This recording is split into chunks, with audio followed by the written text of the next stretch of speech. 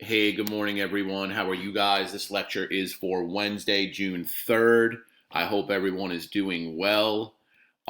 We are going to cover Gerald Ford and Jimmy Carter today, and then we'll move into Ronald Reagan tomorrow. I figured that next week we would end with the Bushes on Monday, Clinton on Tuesday, Obama on Wednesday, wrap it up there. Your capstone writing assignments will be due Wednesday by 11:59 at night. Thursday, we'll set up Zoom meetings of next week to check in and get some FaceTime and kind of say our official bon voyage for the summer. And then we'll take it from there. So we'll still be able to take this Friday and next Friday off as we have grown accustomed to on the Menzer schedule. So Gerald Ford, as I believe we already know, is going to be Richard Nixon's vice president in his second term. So Nixon is going to win the election of 1972. The Watergate scandal is going to break out early. After that, he is going to be removed, I believe, late 73, early 74. And Gerald Ford is going to be a Republican, is his vice president, and is going to come and be sworn in as president after the first president in American history that resigns as a result of some sort of criminal scandal. So we don't have too much to talk to about Ford. Just in general, in the 1970s, the economy in the United States is going to be the worst economy since the Great Depression. We're going to see some unemployment between 5 and 10%. 5% and below is considered a healthy economy. So almost for the whole decade, the unemployment is going to be spiking. Lows of 5%, which is okay, but also highs of 10%, which is certainly not okay. Inflation is going to be a major problem in the 1970s, as well as an energy crisis. We're going to start to get involved more in the Middle East. So if you've ever wondered where the increase in military presence in our Middle East started, 1970s would be a good starting point. Starting in the 1930s and 1940s, Britain, France, the United States is going to have different competing interests in the Middle East because as planes and cars start to become more common, the need for oil is going to become tremendous in the country, in the world. There's going to be a global demand for it, and the Middle East is really going to be put on the map as a result. So originally, though, a lot of those countries in the Middle East are colonial possessions, but after the world wars and the UN and the idea of self-determination kind of takes off, those countries are going to fall back into their own hands. And then there's going to be various revolutions through the years and invasions and religious issues, and the mess that is the Middle East that we know of today is really going to start to show its ugly head in the 1970s. So one of the things that made Ford super unpopular is that he's going to pardon Richard Nixon. Now, Richard Nixon's actions and the Vietnam War is going to start this pattern of massive distrust of the federal government. So if you feel like Americans today are fed up with the federal government, they were thrilled with the federal government after World War II. They were thrilled with the federal government in the 1950s. But as the protest 60s went on, as Vietnam went on, and then Watergate was really the icing on the cake for all the people that said, see, they're not really looking out for our best interest. They only care about themselves. They keep spending money on the military, and then when we get involved with our military, it's a disaster. They keep spending more money. They're not focused on domestic problems. And basically, they can't be trusted. They don't work for us. We're going to see the rates of voters in this country in presidential elections go down to kind of current numbers, which is somewhere in the 60%. All right, out of eligible voters, that's all the people that actually vote still. But Ford stood by the pardon. And he basically said that if Nixon was willing to accept the pardon, that was tantamount to him accepting the guilt for the Watergate scandal. So it's largely believed to have cost Ford the election in 1976, which he's going to lose to Jimmy Carter. All right. Now, Jimmy Carter is a Southern Democrat, former governor of Georgia. They're both going to deal with the problems of inflation. We're going to have an oil crisis with OPEC, and OPEC is the, I think it's oil petroleum export countries. I think that's what it stands for. But basically, it's a governing body of the global oil supply out of the Middle East. And yes, Middle Eastern politics are fully involved in OPEC. So America needs oil as much as anybody or more. We're an industrial country, we're a growing country, more people are driving here, more people are flying here, and the price of oil is going to go up exponentially. As a result, there's also as a result of an oil shortage. So if OPEC pulls the demand of oil off the shelves, all right, or there's an issue with the supply chain of oil, that's going to reverberate through the entire world and affect everyone's economy. Because if you have an oil shortage, now you need to figure out who gets oil and who doesn't. So there are going to be massive gas shortages. I'm going to show you some pictures in a little bit about gas lines.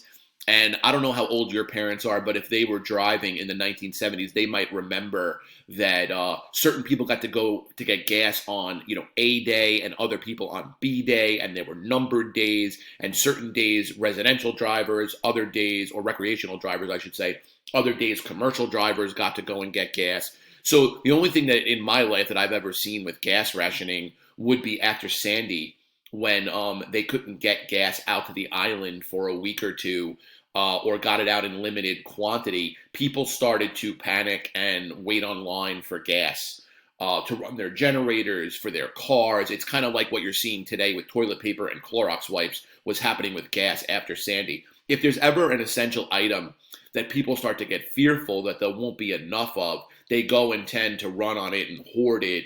And, we're seeing some of those same fear tactics in our economy today with paper and cleaning products that we did during the 1970s on oil. So oil also has to do with inflation, because if there's a shortage of oil and the price of oil doubles or triples or quadruples, that is a big time inflationary pressure, because it's one of the things that everybody needs to buy. So remember, inflation is the erosion of the dollar. And if incomes don't rise to meet the rising cost of food and gasoline and healthcare and the things that are essential to everybody's life, then technically everybody has less money. And that is very contractionary to any economy, okay? When the Cold War, Carter and Ford are going to continue Nixon's policy of détente, which is an easing of escalation, if you will, with the Soviets. So we have the SALT limitation on arms treaties. We're going to have more talking, more meetings between the Soviet Union leaders and American leaders. We have the thawing of relations with China. So just like Nixon went to China, which was a major, move in the traditional diplomatic relationship between us and China, Ford and Carter are going to continue that, and this thawing of tensions with the Chinese. The first G7 summit is going to be called during the 1970s, which would include the Soviet Union and China. We're going to add Canada to the mix in order to kind of bolster up our North American side of the world. So it becomes a G7 from a G5. All right. And that is the meeting of the top, most powerful nations in the country, which still exists today. What else? Carter's going to negotiate peace between Egypt and Israel. There were a number of small wars between Israel and Egypt. The Israeli-Palestinian conflict is also going to start to show its ugly head during the 1970s. So the idea of Jewish and Muslim relations in the Middle East, battle lines are going to be drawn. That still goes on today. The Middle East, you have Israel smack in the middle of it with the Jewish population. Historically, Muslims and Jews don't get along. Within the Muslim world, you have Shia and Sunni sects of Muslims, which also are at each other's throats for various reasons. And that goes back all the way to Muhammad and who became the successors after him. So the Middle East is really going to start to take over our foreign policy eye and attention. And a lot of our military budget is going to start to be directed in that direction.